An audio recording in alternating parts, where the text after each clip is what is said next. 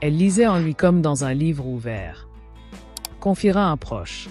Mais plus le pouvoir grandit, plus le couple se fissure. Lui devient un stratège, obsédé par les chiffres, les sondages, les micros. Elle s'éloigne.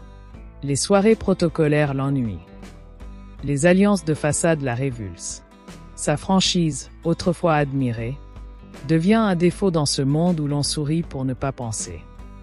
Elle se tait. De plus en plus.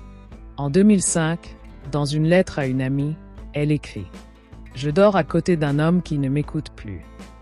Tout ce que je dis devient politique. » Le couple est devenu une machine à communiquer. L'amour, une stratégie. La maison, une scène. Pourtant, elle reste.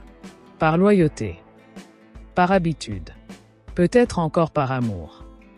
Mais au fond, elle sait, cette ascension ne mène pas à la gloire. Elle mène à la rupture. Mais 2007. Nicolas Sarkozy est élu président.